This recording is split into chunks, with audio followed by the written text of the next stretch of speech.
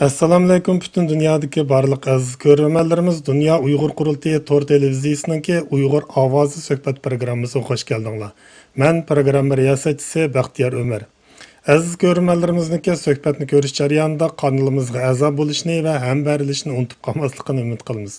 Bugun Uyg'ur sud kollegiyasining hukmi va uning Yevropa parlamentida e'lingan Xitoyning Uyg'urlarga qarata sodir qilayotgan qilmishi insoniyatga qarshi jinoyat va jiddiy irqiy qirg'inchilik tahdididan iborat degan bu qarorda ishlatilishi to'g'risida bo'ldi. Bugungi aziz mehmonimiz Dunyo Uyg'ur qurultiyi Qonun İşler Komiteti Müdiri Uyghur Haklarını Himoya Qilish Qurilishi ijroiya direktori Mehmet To'xtapandi. Suhbatimizga xush keldingiz, hurmatli Mehmet To'xtapandi. Hoş bulduk, köp rahmet. Bugun bu masala to'g'risida jiddiy bir qisqa suhbat qilish zarur bo'lib qoldi. Chunki bu tema nihoyat muhim. Endi suhbatimizni boshlasak, oldi bilan so'raladigan savol hurmatli Mehmet To'xtapandi, mushu Xitoyning Uyg'urlarga qarata sodir qilayotgan qilmishi insoniyatga qarshi jinoyat va jiddiy irqiy qirg'inchilik tahdididan iborat deb e'linibdi. Ciddi irqiy qirg'inchilik tahdididan iborat degan bu atalg'uni ko'ruvchilarimizga tushuntirib bergan bo'lsangiz, nima uchun tahdid atalg'usi ishlatildi? Buning bir qanday arq ko'rinishi va ko'p rahmat. Köp rahmet.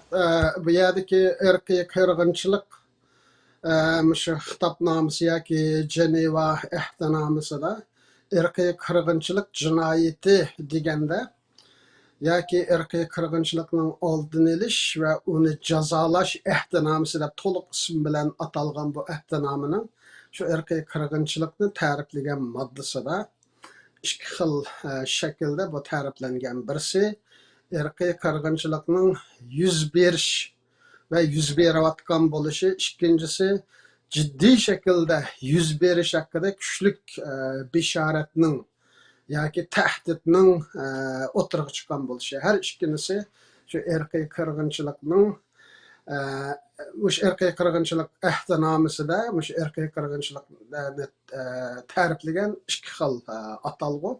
Shunlashqa ba'zi davlatlar Hazır şu Xitay hükümeti bizden Şarkı Türkistan'ı müstakil tekşürüşke içi etmegeni üçün o yerde müstakil tekşürüp bazı bir özlerinden kütkindek bazı kallısı da bazı suallar boğan olsa şununla cevap tapıdığan bir imkaniyetki erişemegeni üçün bazı devletler hazırki şu vatanımızda yüz beriyotgan şu irqiy qirg'inchilik jinoyati yoki vahshiy jinoyatlar qaralgan bu jinoyatlarni irqiy qirg'inchilikning yuz berish ehtimolligi eng kuchlik yoki shu eng kuchlik irqiy qirg'inchilikni yuz berishidagi kuchlik bir tahdid deb bundaq atalg'ularni ishlatgan.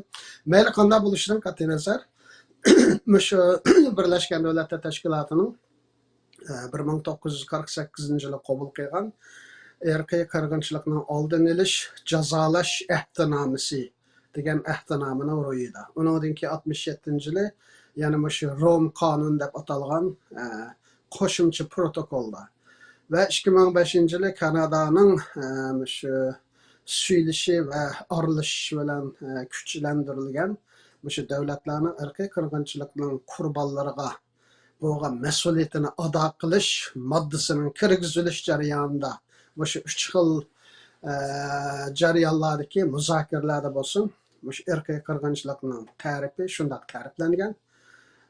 Yuz berib bo'lganni bu irqiy qirg'inchilik va davlatlarning bunga harakat qilishicha qolgan. Yuz berish oldida tug'anlarni o'xshash irqiy qirg'inchilik kategoriyasida muomala qilib davlatlarni mas'uliyatga chaqirgan. Shunlashqa bu şu qarorni qabul qilgan parlament a'zolarining qaysi so'zni ishlatishi yoki kallasidagi ba'zi savollarga javob tepish topmaslikka munosabatli bir masala. Ammo u mayli qaysi atalg'uni ishlatishdan qat'iy nazar davlatlarning bu irqiy qirg'inchilikni to'xtatish va uning javobgar bo'lgan o'sha irqiy qirg'inchilik jinoyatini sodir qilgan javobgarlarni sotlash til iborat bu ikki xil mas'uliyatga qarata bu qaysi so'zni ishlatgan bo'lsa bo'lsin uning hech qanday ta'sir bo'lmaydi, o'xshash kuchga ega.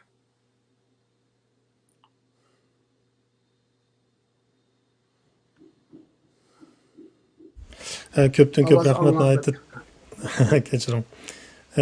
Nihoyatda tafsiliy tushuntirib berdingiz, ko'p rahmat. Hamda yana birisi, hamda bu yerda diqqat qiladigan nihoyatda muhim bir nuqta bor ekan, ya'ni Uyg'ur sud kollegiyasining hukmi 1 yildan ortiq tirishchanlik orqasida o'tgan yili 12 oyda rasmiy e'lon qilingan edi, lekin undan keyin ancha ko'p davlatlar yoki hukumatlar bu to'g'riliq foydalanganligi to'g'riliq bir narsa biz anglamagandik. Lekin Dunyo Uyg'ur qurultiyi bu hukmni har qaysi davlatlarga e'tirof qildirish uchun to'xtamay tirishchanlik ko'rsatib kelgan. Hamda bu hukmning Yevropa parlamentida ishlatilishi ham shu hukmni qo'llanishi nimadan derak bo'ldi? Qanday bu hukm bu to'g'riliq hukm bu hukm bu qarorda qo'llanildi. Uch Qashqar Uyg'ur sud kollegiyasininki hukmi deb. Bu to'g'riliq bir ko'pchilik bilan o'rtoqlashgan bo'lsak rahmat. Bu savolga ko'p rahmat. Hozirgacha Yevropa parlamenti yaqinda qabul qilgan shu irqiy Uyg'urlarning irqiy qirg'inchilik, insoniyatga qarshi ishlangan jinoyat o'xshash bir qarordiki, 2 moddaga tayangan o'xshash qarorni ilishdan burun 9 milliy parlamentlar va bir hukumat, Amerika hukumati bu Sharqiy Turkistondagi bo'layotgan vahshiy jinoiy qilmishlarni, ya'ni Xitoy hukumati hozir ishlayotgan vahshiy jinoiy qilmishlarni yoki irqiy qirg'inchilik va insoniyatga qarshi ishlangan jinoyat, bu 2 xil kategoriyada yoki uni xohlagan birisini shunaqa ishlatib keldi. Lekin ba'zi davlatlar nimani ilgari surdi desa, parlamentlar qabul qilgan bilan hukumatlar bu irqiy qirg'inchilikni e'tirof qilish masalasida hozirgacha ilib berilgan mustaqil bir sud hukmi yo'q. Shu haqida shu mayli Birlashgan Davlatlar Tashkiloti nizomnomasi bo'yicha qurilgan xalqaro jinoiy ishlar sudi bo'lsin, xalqaro adolat divoni bo'lsin yoki unga o'xshagan shu rasmiy organlarning shu bo'layotgan jinoiy qilmishlarni irqiy qirg'inchilik deb ataydigan yoki insoniyatga qarshi ishlangan jinoyat deb ataydigan kuchli bir tarafsiz bir hukm yo'q degan narsa xil o'ttirliqda bozorga silinib yurganligini hammamiz bilamiz. Endi dal shu bir bo'shliqni to'ldirish va shu davlatlarning ilgari surayotgan shu bahonalarini qo'ldan ilib olish uchun shu Dunyo Uyg'ur qurultiyi boshlig'ida mustaqil bir sud kollegiyasi qurilib 1,5 yil jafo tortib ishladi. 100 ga yaqin lager shohidlari, guvohchilar, mutaxassislar, shu qonun sohasidagi har xil professorlar shu ishning ahli bo'lib 100 ga yaqin shu guvohchini angladi. Andan keyin vatanimizdagi shu jazo lageri va irqiy qirg'inchilikqa munosabatlik mayli sun'iy amro ko'rinishlari bo'lsin, andan keyin Xitoyning ba'zi organlarining chiqargan dokladlari bo'lsin, andan keyin Xitoy hukumatining ichki yozishmalari bo'lsin va hatto shu texnikalik uskunalar bo'yicha Xitoy hukumati shu qurib chiqqan inglizcha iJob deb atalgan ya'ni yurishtlashtirilgan birlashma kuzatish platformalarida, nazorat qilish platformalarida shu insonlarimizning qo'l telefonlariga va ko'chalardagi kuzatish kameralariga o'rnashtirilgan aqlli funksiyalar orqali insonlarimizning yuzini tonish orqali bu insonning kim ekanligi, qaysi millat, qancha yosh, adres, kimlik nomeri, bularning hammani shu zamonlar shu yurishlashtirilgan internet platformaga yetkazib, shu bo'yicha insonlarni tutib, shunga o'xshash nurg'un dalil isbotlar bir-birlab o'ttirib chiqqandan keyin shularning hammasining yakuni va xulosasi hisobida Uyg'ur sudi bizning vatanimizda yuz bergan ichinishlik fojialarni va jinoyatlarni irqiy qirg'inchilik ham insoniyatga qarshi ishlangan jinoyat deb atadi. Endi bu irqiy qirg'inchilik deb ataganda irqiy qirg'inchilikning 5 omili, ya'ni 5 elementi bor. Bu 5 elementning xohlagan birisi yuz bersa, shu irqiy qirg'inchilik jinoyati sodir bo'lgan bo'ldi. Bu 5 elementni bu qarindoshlarimiz ba'zilari yaxshi bildi, ba'zilari bilmasligimiz mumkin. Shuni bir ta'kidlab o'tishda foyda bor deb qarayman. Birisi ma'lum bir millat, gruppa ya bir cemaatini, hemmisini ya bir kısmını kasten öldürüş. Yani hemmisini ya bir kısmını öldürüş. Yani okşaş ma'lum gruppa ya etnik grup ya ki ma'lum cemaatinin ma'lum bir kısmını ya hemmini qiyin qistak, mayli jismoniy bo'lsin, mayli ruhiy, psixologiyalik jihatdan qiyin qistakqa qo'yish. Bu ikkinchi element.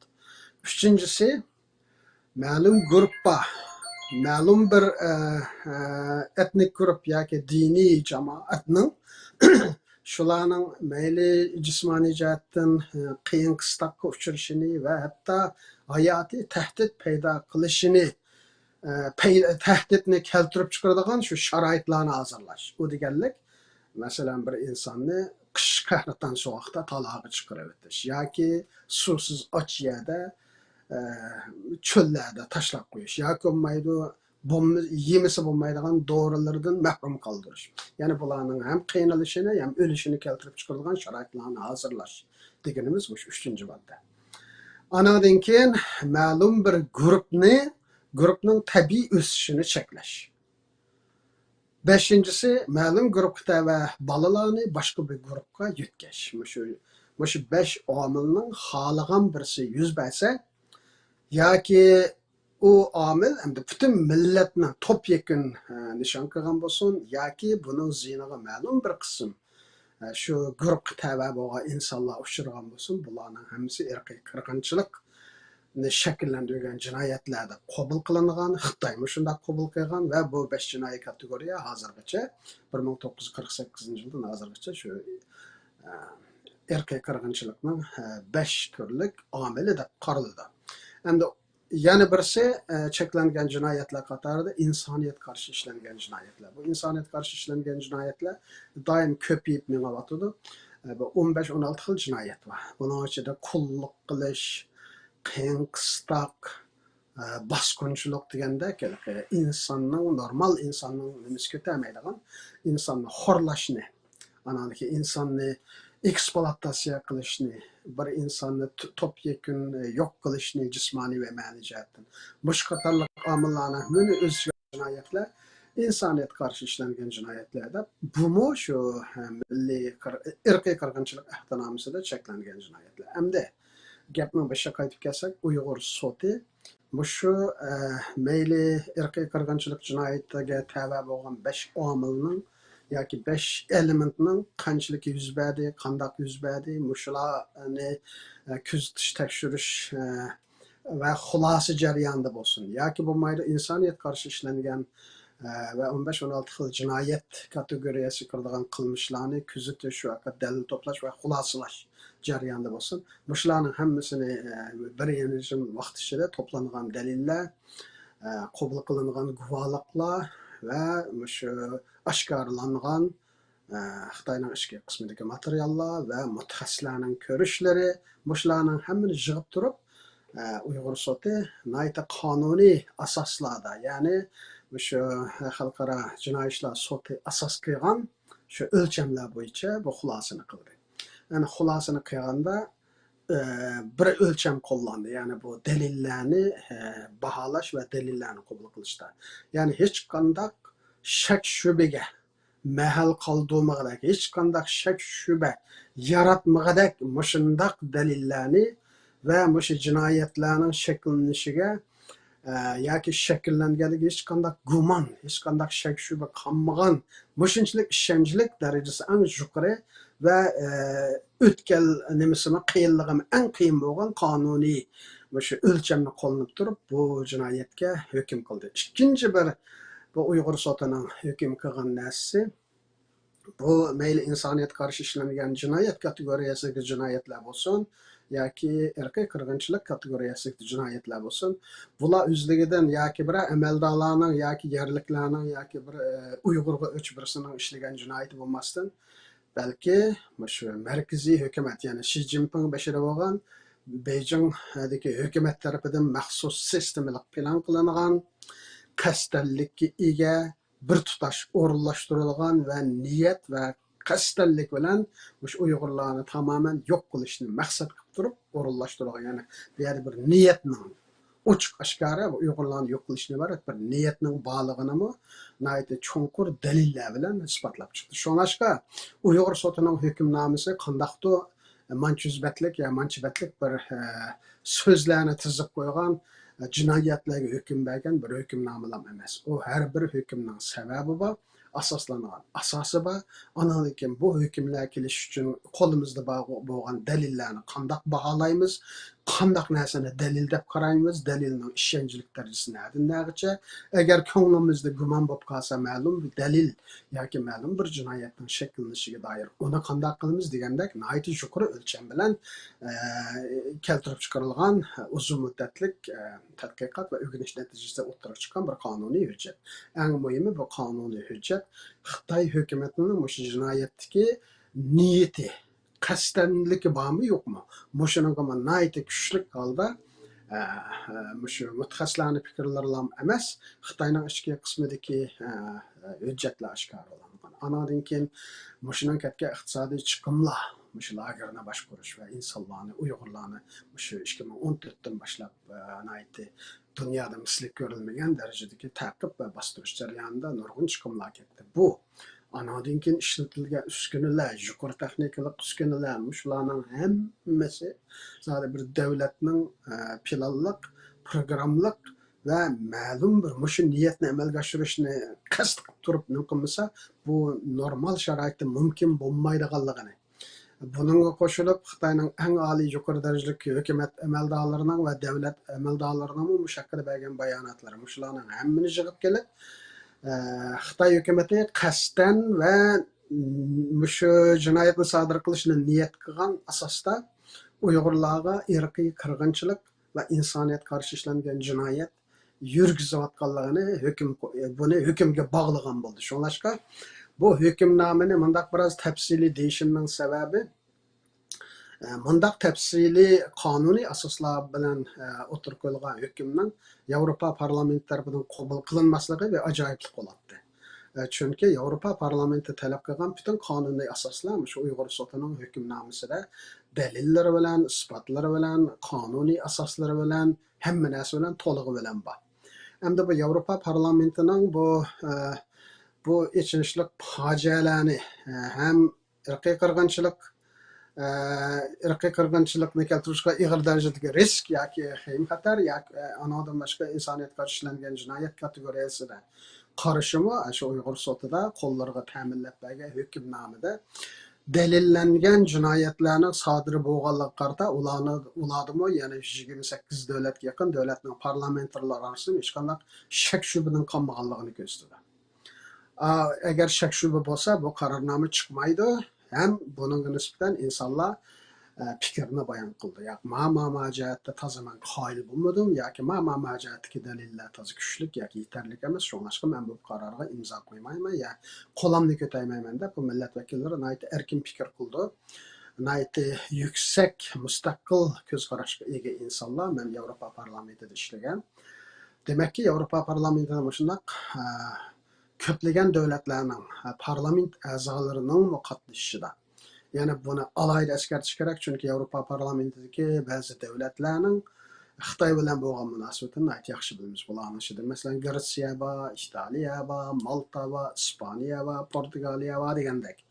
Xitoylarning bularga solgan nurg'un mablag'lari bor. Ba'zilari Xitoyga bo'lgan iqtisodiy jihatdagi beqinmachilik bilan Xitoyning yuzini oyaydi, ham biroz ansiraydi, mablag' va Xitoydagi sayohatchilar kislab qilindi. Ba'zilari xalqaro sahnlarda meni yolg'iz qo'yam deb ansiraydi. Yevropa birligidagi davlatlarga qartami Xitoy hukumati uzundan buyon shu parchalash, boshqarish siyosatini qo'llanib, Yevropa birligi umumyuzlik taqobil turolmaydi ekanmi? Unda bo'lsa Yevropa birligiga a'zo davlatlarni bir-biriga sep turib, men shunday qilman deb bu Xitoy bu taktikani uzundan buyon ishlatib, ular u davlatlar o'tirdim belgilik bo'linish paydo qilgan. Lekin shunday bo'lishiga qaramay Yevropa parlamentidagi 28 dak Yevropa davlatlarining parlament a'zolarining Uyg'ur milliy qirg'inchiligi va insoniyatga qarshi ishlangan jinoyat kategoriyasiga ig'ir qilmishlarni birda qabul qilganligining o'zi majbur degandek ularning nimasi hech qanday shak shubhaning qolmaganligini, bu jinoyatni Xitoy hukumatining qasddanlik bilan ishlaganligini, bu jinoyatning oxirgi nishonasining Uyg'urlarni yo'q qilish ekanligini quritish ekanligini mushuning qoyil bo'lganligini ko'rsatadi. Shunglashqa bu favqulodda muhim. Bu Yevropa bir parlamentida o'tib ketishga bo'ladigan oddiy bir so'z emas bu. Chunki u yerda 20 dan ortiq 27-28 davlatdan kelgan millat vakillari bor.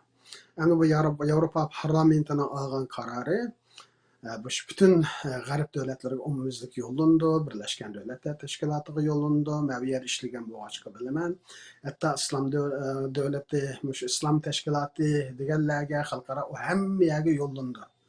Hatto O'rta Osiyodagi Qozog'iston, Qirg'iziston degandek davlatlarga yo'llandi. Hatto Turkiyaga yo'llandi.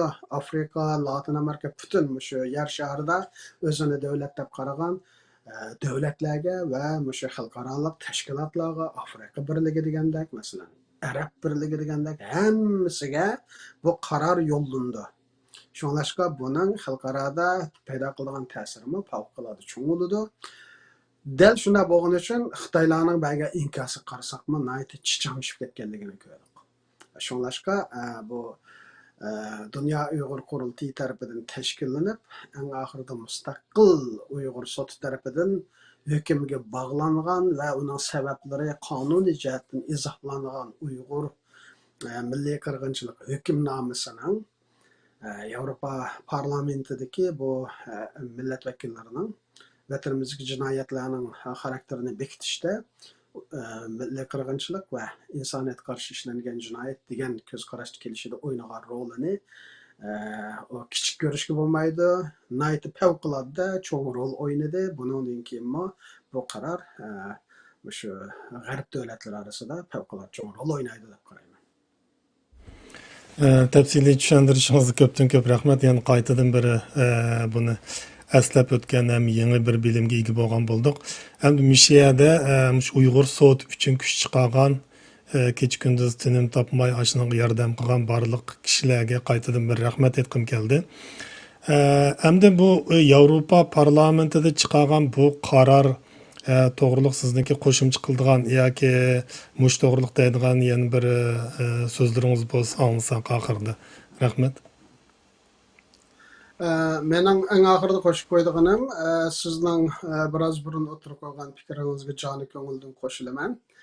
Shu Uyg'ur sotining barliq kelishi va Uyg'ur sotining g'albalik, shu Uyg'ur milliy qirg'inchilik qarori va hukmnomasini chiqaruvchi bo'lgan oraliqda shu guvohlik bergan, ishlagan, material to'plagan, tarjima qilgan, ochiq oshkora maydonga chiqqan qahramonlarimiz hammasiga menmu alayda chin ko'nglimdan rahmat aytaman.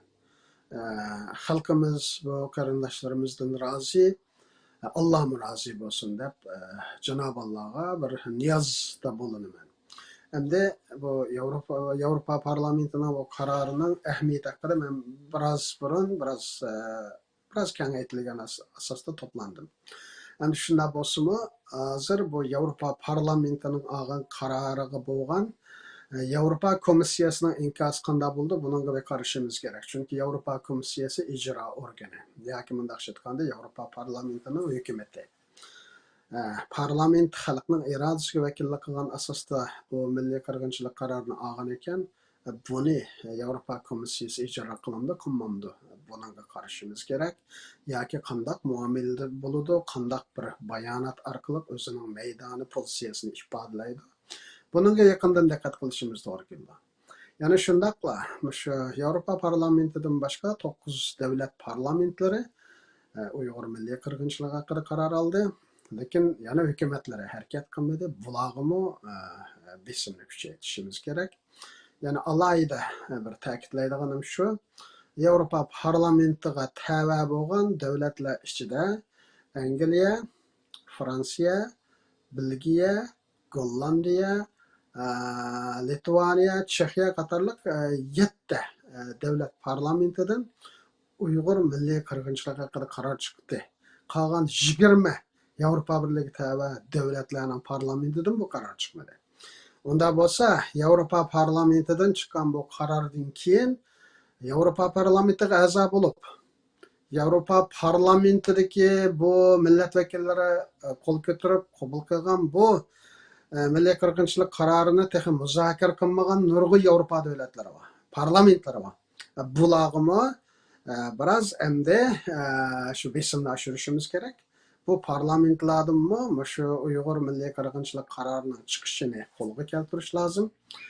Shunday bo'lganda men bayotan degandek hozir Yevropa parlamenti umumiy Yevropaga vakillik qilgan asosda bu qarorni chiqargan bilan, lekin Yevropa birligi a'zo davlatlarning o'zining mustaqil siyosati bor, mustaqil tashqi siyosati bor, ichki siyosati bor. Anadan keyin shu mablag' solish, iqtisodiy, diplomatiyalik munosabatlar bor. Shunday bo'lganda, masalan, Gretsiya, masalan, Italiya, masalan, Ispaniya, masalan, Norvegiya, Shvetsiya, masalan, Daniya, masalan, Finlandiya, Bulgariya, Vengriya, bu davlatlarni qanday qilamiz? Malta, Romaniya, bu davlatlarda taxi Uyg'ur qirg'inchiligi haqida hech qanday bir narsa bo'lganmi yo'q. Bularni qanday qilamiz? Yevropa parlamentida olingan qaror dal bizning bundan keyingi xizmatdashlarimizni mushu davlatlarga kengaytirishimiz va markazni mushularga diqqatning markazini mushularga berishimizga bir turtki bo'ladi deb qarayman. Shunlashqa oldi bilan mushu Yevropa parlamentida bo'lgan qarorni yaxshi hazm qilishimiz lozim, yaxshi tushunishimiz lozim. Andan keyin buni qanday kengaytira olamiz? Yevropada buni texnik qanday kuchli holga keltira olamiz? Undan keyin Yevropa komissiyasi qanday qilib bu qarorni o'zining tashqi siyosatida siyosiy tadbirlarga aylantirib Xitoy qarta bu milliy qirg'inchilikni to'sish va bu jinoyatlarni jazolashda qanday qurollarni ustiga oladi, amaliy siyosat jarayonini qanday qilamiz? Demakki, bular biz oldimizda ma'nogan yana nurg'un qadamlar, yuksak darajadagi diplomatiya va sezgur darajadagi siyosiy sapo talab qiladigan ishlar bular. Shu arada olaylagan bilan to'g'lagan bilan bo'lgan ishlar emas. Shu sababdan hamda Yevropa parlamentini ilgan bu qaror favqulodda muhim qaror. Hamda buni ikkinchi bosqichga ko'tarish ham Yevropa komissiyasi, anadagi Yevropa parlamentiga a'zo bo'lib, bu Uyg'ur milliy qirg'inchiligini qabul qilmagan parlamentlar, muzokara qilinmagan parlamentlar, bular kengaytirish. Shu orqali dunyo miqyosida Xitoy qarta kuchli bir harakat. Bu harakat deganimiz hamda u qarorni elibla agar harakat qilmasa, qaror qog'oz bitib qolaveradi. Xuddi Uyg'ur milliy qirg'inchiligi hukmnomasidek. Buni qanday siyosatga aylantiramiz, qanday siyosiy tadbirga aylantiramiz? Bu davlatlarning bu milliy qirg'inchilikni qabul qilish bilan ustiga olgan qonuniy mas'uliyatini qanday bularga ijro qilamiz? Qanday yo'llari bor? Demakki, Sharqiy Turkiston milliy davosining bundan keyingi bosqichlarida bu masalalar hamda bu qonuniy masalalarni biz siyosiy tadbirlarga aylantirish, siyosiy tadbirlarni xalqaro siyosiy harakatga aylantirish, shu orqali Xitoy qarta ham iqtisodiy jihatdan jazolama emas, shu majburiy emgak nuqtasidan. Bu jinoyatni ishlagan jinoyatchilar Bejingda turibdi. Bularni qanday jazolaymiz? Bularni adolat sotiga qanday ekilamiz? Xalqimizning bulardan oladigan intiqomini qanday qilamiz? Bunun nurg'un o'ylashadigan, ba'zilar qonunga taqishadigan, ba'zilar siyosatga taqishadigan nurg'un taraflari bor. Demakki, bizning qilgan ishimiz bundan keyin texnik yuksak saviyada, yuksak safoda davom qiladi xalqaro sahnalarda va Yevropaning eng oliy siyosiy sahnalarida deb qarayman. Tushuntirishingiz ko'pdan ko'p rahmat. Hamda Dunyo Uyg'ur qurultayiniki strategiyasiga tutgan yo'lninki nihoyatda to'g'riliqini qayta tushundirish ham shu elingan xizmatlarninki natijasidan nihoyat uchiq ko'ryapmiz. Mayli Uyg'ur soti bo'lsin yoki bir necha ayda yoki hurmatli To'lqin Ayso apanchining boshchiligida Yevropa davlatlarini to'xtamay ziyorat qilib har qaysi davlat parlamentlarininki shu Uyg'ur sotining hükümünü e'tirof qildirish uchun menayotgan xizmatlari hammamizga ayon. Buning uchun Dunyo Uyg'ur qurultayi rahbarlarininki xizmatiga utuq tilaymiz. Shuning bilan bir vaqtda yakshanba kunimi sizniki vaqtingizni chiqarib bu programmaga kelganligingiz uchun sizga ko'pdan ko'p rahmat. Ishlaringizga utuq tilaymiz. Bugungi programmamiz menimcha mishada to'xtatsak ko'p rahmat. Şunun bilan rahmat. Şankini shildinglar, bütün qarindoshlarga oliy salom va hurmatimni bildiraman. Rahmat Mehmet To'xtika. Şunun bilan programmamiz müşahada oyoqlashdi. Qadrli ko'ruvchilarimizning qimmatli diqqatiga rahmat. Saytimizni texnik yaxshilash uchun fikr taklifinglar bo'lsa, qizg'in qarshi olamiz. Aziz ko'ruvchilarimizning kanalimizga a'zo bo'lishni va ham berilishni unutib qolmasligini umid qilamiz. Xush vaqt bo'linglar. Allohga